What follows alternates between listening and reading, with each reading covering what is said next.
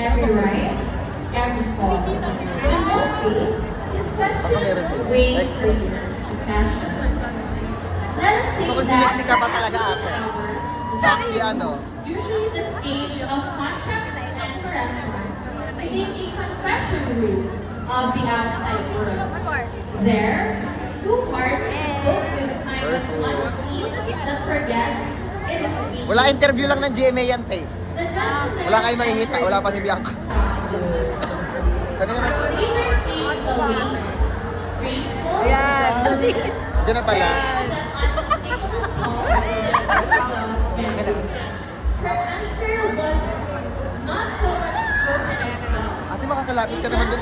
Guys, kukunin talaga namin itong kurtina. Pinagkat to. Sinasabi na.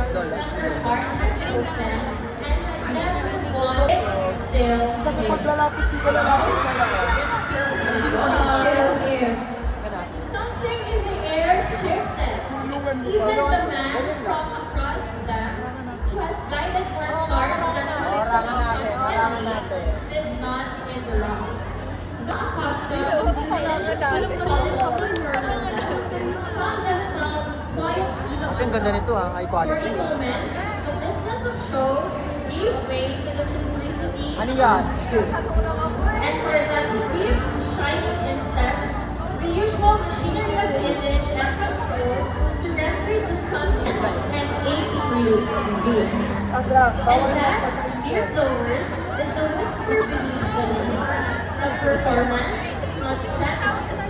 Just two truths.